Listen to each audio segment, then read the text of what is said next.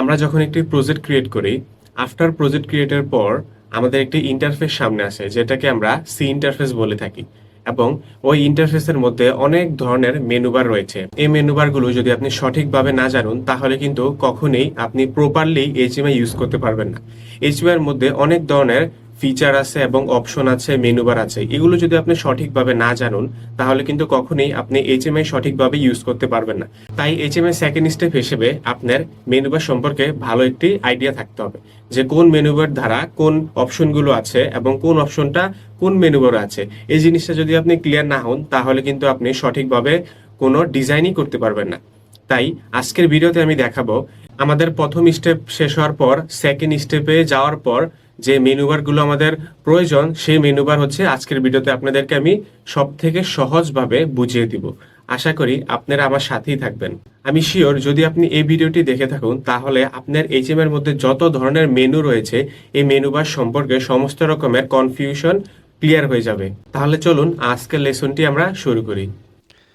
আমাদের প্রিভিয়াস ভিডিওতে আমি দেখিয়েছিলাম যে আসলে কিভাবে একটি ফাস্ট প্রজেক্ট আমাদের ক্রিয়েট করতে হয়, এবং ক্রিয়েটের পরে হচ্ছে আমাদের এই সি ইন্টারফেসটি চলে আসে। এখন এই সি ইন্টারফেসটা সম্পর্কে আপনাদেরকে এক্সপ্লেন করব।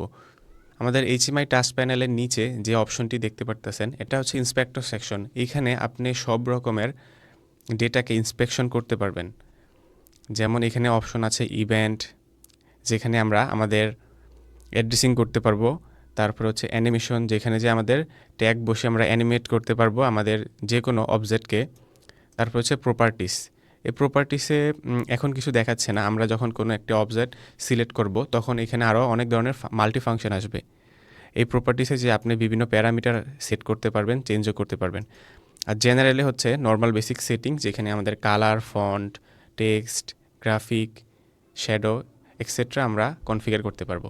তো আমাদের এখন ইন্সপেক্টর সেকশন শেষ হল। প্রিভিয়াস ভিডিওতে যখন আমাদের স্ক্রিন সেকশন ছিল, স্ক্রিন সেকশনে কিন্তু আমি ল্যাঙ্গুয়েজ সিলেক্ট করেছিলাম।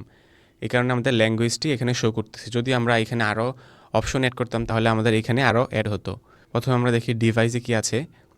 তো আমাদের ডিভাইসের এখানে আমাদের প্রথমে আমাদের এইচএমআইয়ের নাম লেখা থাকবে, যেটা হচ্ছে কেটিপি 1000 বেসিক পিএন। পিএন মানে হচ্ছে প্রফিনেট, আর ডিপি মানে হচ্ছে ডিসপ্লে পোর্ট। তো স্ক্রিন যেখানে দেখুন এখানে আমাদের স্ক্রিন দেওয়া আছে। এই স্ক্রিনে যদি আমরা প্রেস করি আমাদের এখানে মাল্টি স্ক্রিন আমরা নিতে পারবো, যে আসলে আমাদের প্রয়োজনের সাপেক্ষে আমরা এখানে মাল্টি স্ক্রিন অ্যাড করতে পারবো। তো এখানে অ্যাড স্ক্রিনে প্রেস করলে আমাদের আরেকটি স্ক্রিন অ্যাড হয়ে যাবে। এখানে ডাবল ক্লিক করলে আমরা রিনেম করতে পারবো আমাদের এই স্ক্রিনটাকে। ঠিক আছে। তো এরপরে হচ্ছে কমিউনিকেশনের মধ্যে আছে আমাদের ট্যাগ, কমিউনিকেশন, সাইকেল হচ্ছে আমাদের আসলে রান টাইম যে সাইকেলটা আছে, সাইকেলটা আমরা মনিটরিং করতে পারবো। আর কানেকশনের ক্ষেত্রে আমরা আমাদের পিএলসির সাথে প্রফিনেটে কানেকশন করব নাকি হচ্ছে ডিপিতে কানেকশন করব, তা হচ্ছে আমরা এখান থেকে সিলেক্ট করতে পারবো। আর ট্যাগ হচ্ছে আমাদের ডিসপ্লের মধ্যে যে এইচএমআই ফাংশনগুলো বা সুইচ কি যেটাই বলি না কেন, এই সমস্ত গ্রাফিকের অ্যাড্রেসিং এখানে করা হবে। এখানে হচ্ছে নেম, তারপর হচ্ছে কানেকশন, তারপর হচ্ছে এটা কি টাইপ কানেকশন, যেমন আমাদের odd type, Boolean type, integer type, এটা হচ্ছে আমাদের ডাটা টাইপ হবে। আর হচ্ছে এখানে অ্যাড্রেসিং হবে। ঠিক আছে। এখন আমরা যাই অ্যালার্ম ম্যানেজমেন্ট। এখান থেকে আমাদের বিভিন্ন অ্যালার্ম ম্যানেজমেন্ট আমরা নিজেরা ক্রিয়েট করতে পারবো, যে কোন প্রবলেম দেখা দিলে কি অ্যালার্মটা আসলে আমাদের শো করবে সেটা আমরা এখান থেকে মডিফাই করে নিতে পারবো। আর এখানে হচ্ছে সেটিং অ্যালার্ম, আমরা অ্যালার্মের সেটিংস চেঞ্জ করতে পারবো এখান থেকে। তারপর আসি আমরা টেক্সট অ্যান্ড গ্রাফিক লিস্ট। এখানে আমাদের টেক্সট এবং গ্রাফিক লিস্টের লিস্ট আপ করা আছে। এখান থেকে আমরা যখন আমাদের টেক্সট বা গ্রাফিক লিস্টটা যখন আমাদের তৈরি হবে তখন আমরা এখান থেকে আসলে মনিটর করতে পারবো। তারপর আছে রান টাইম ইউজার অ্যাডমিনিস্ট্রেশন। এখান থেকে আসলে আমরা সিলেক্ট করতে পারবো যে আমাদের কোন ইউজার, এখান থেকে আমরা মাল্টি ইউজার ক্রিয়েট করতে পারবো, এবং আমাদের এখান থেকে পাসওয়ার্ডও আছে। আমরা চাইলে আমাদের সিকিউরিটির পারপাসে, অবশ্যই প্রত্যেকটা ইন্ডাস্ট্রিতে যেগুলো হচ্ছে হায়ার লেভেলের, অ্যাডভান্স লেভেলের প্রোগ্রাম এবং খুব সিকিউরিটি মেনটেন করা থাকে, সেক্ষেত্রে সেখানে অবশ্যই এই পাসওয়ার্ড এবং অ্যাডমিনিস্ট্রেশনে আলাদা আলাদা ইউজার থাকে। তারপরে আসে আমাদের গ্রুপ। এই গ্রুপ থেকে আসলে আমরা দেখতে পারবো যে আসলে আমাদের গ্রুপ ওয়াইজ আমাদের অ্যাডমিনিস্ট্রেশনের ইউজারগুলো আছে কি না। ঠিক আছে। ওকে। তারপর হচ্ছে ডিভাইস সেটিংয়ে গিয়ে আমাদের কেটিপি 1000 বেসিক পিএনের এইচএমআইকে আমরা সেটিং চেঞ্জ করতে পারবো এবং এখানে ডিভাইস নাম আমরা আমাদের কোম্পানি অনুযায়ী ডিভাইস নাম আমরা এখানে ক্রিয়েট করতে পারবো। তারপর হচ্ছে এখানে স্টার্ট স্ক্রিন, আসলে আমাদের যখনই এইচএমআইটা অন হবে তখন আসলে কোন স্ক্রিন থেকে অন হবে সেটা আমরা এখান থেকে আসলে ডিফাইন করতে পারবো, ঠিক আছে। তারপরে হচ্ছে ল্যাঙ্গুয়েজ অ্যান্ড ফন্ট, আমরা চাইলে এটা চেঞ্জ করতে পারবো। তারপর হচ্ছে শিডিউল, আমরা এখান থেকে চাইলে প্রিডিফাইনভাবে শিডিউল তৈরি করতে পারবো আমাদের এইচএমআই এর মধ্যে।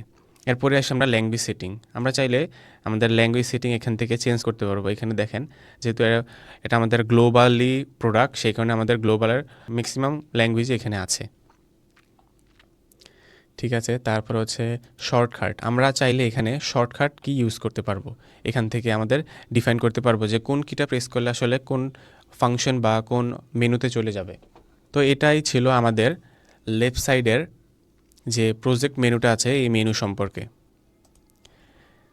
এখন যদি আমরা রাইট সাইডের টুলস মেনুতে চলে আসি, এখানে দেখুন এখানে অনেকগুলো মেনু আছে সাবরুটিন আকারে। প্রথম হচ্ছে সিম্পল অবজেক্টস, সিম্পল অবজেক্টের মধ্যে আমাদের এই অবজেক্টগুলো আমরা নিতে পারবো, যেমন এটা হচ্ছে আমাদের লাইন নিতে পারবো, তারপর হচ্ছে ইলিপস, তারপর আমরা ইলাপস নিতে পারবো, এখান থেকে স্কেল নিতে পারবো, তারপর রেক্টেঙ্গুলার শেপ নিতে পারবো, ফন্ট নিতে পারবো, তারপর হচ্ছে আমাদের যে অ্যানালগ যে ভ্যালুগুলো কাউন্ট করে থাকে আইও ফিল্ড বলে, আইও ফিল্ড নিতে পারবো আমরা এখান থেকে, date and time, graphic design system, IO field, graphic view, button, switch, bar হচ্ছে আমরা যেটা স্কেলিং করে থাকি, এগুলো আসলে আমরা নিতে পারবো এই রাইট সাইডের মেনু থেকে। তারপরে আসি আমরা ইনহ্যান্স অবজেক্ট, ইনহ্যান্ড অবজেক্টে আমরা আসলে যে আমাদের ইউজার রয়েছে সেই ইউজারের পারমিশন আমরা এখান থেকে ডিসেবল এবং ইনেবল করতে পারবো। তারপর হচ্ছে ট্রেড ভিউ, যেটা আমরা গ্রাফিক্যাল ভিউ বলে চিনি, এটা আমরা এখান থেকে নিতে পারবো।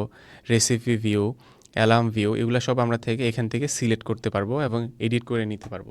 তারপর আসি গ্রাফিকের মধ্যে দেখুন আমাদের ইন্ডাস্ট্রিতে যে ধরনের অ্যানিমেশন হয়ে থাকে, বিভিন্ন গ্রাফিকের, সুইচের গ্রাফিক, তারপরে হচ্ছে আমাদের কনভেয়ারের গ্রাফিক, প্রোডাক্টের গ্রাফিক, সব গ্রাফিকগুলো আসলে আমরা এখান থেকে সিলেক্ট করতে পারবো। সাবরুটিন আকারে দেওয়া আছে, আমরা প্রেস করার সাথে সাথেই আরও ফাংশন এখানে চলে আসবে নিচে।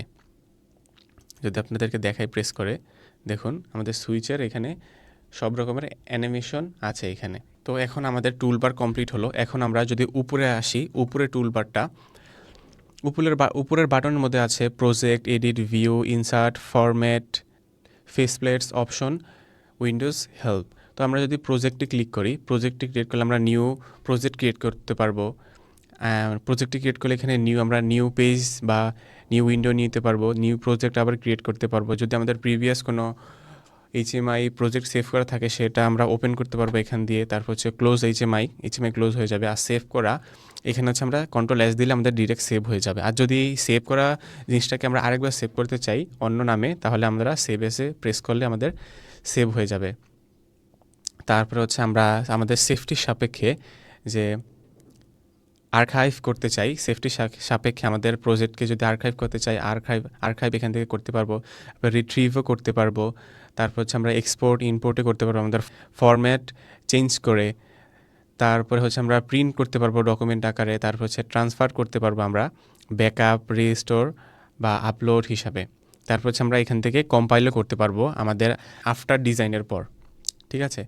তারপরে হচ্ছে আমরা এখান থেকে এডিট করতে পারবো। এডিটের বিভিন্ন অপশন আছে এখানে, এই অপশনগুলো সব আমাদের এখানে শর্টকাট আকারে আনা হয়েছে এখানে। তারপর হচ্ছে ফরম্যাট, আমরা ফরম্যাট চেঞ্জ করতে পারবো। ফরম্যাট যদি প্রেস করি, ফরম্যাটের এখানে আমাদের অ্যালাইনমেন্ট, তারপর প্লেসমেন্ট, এখানে যে অপশনগুলো আছে সব অপশনই কিন্তু আমাদের এইখানে দেওয়া আছে, ঠিক আছে। আপনারা চাইলে দেখতে পারেন। এগুলো আসলে এখন বললে বুঝবেন না আপনারা এই অপশনগুলো আসলে কীভাবে কাজ করে। ফিউচার লেসনে যখন আমি ডিজাইন করে দেখাবো তখন আসলে এই টুলগুলোর আমি ইউজ এখানে দেখাবো, তখন আপনারা আরও ক্লিয়ার হতে পারবেন।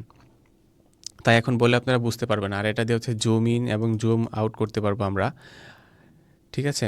তো আশা করি আজকের লেসনে আপনারা খুব ভালো করে বুঝতে পেরেছেন এই সি ইন্টারফেস সম্পর্কে। যদি এই সি ইন্টারফেস সম্পর্কে আপনি সঠিক নলেজ না রাখেন তো কখনই আপনি অ্যাডভান্স লেভেলের কোনো এইচএমআই ডিজাইন আপনি কখনই করতে পারবেন না।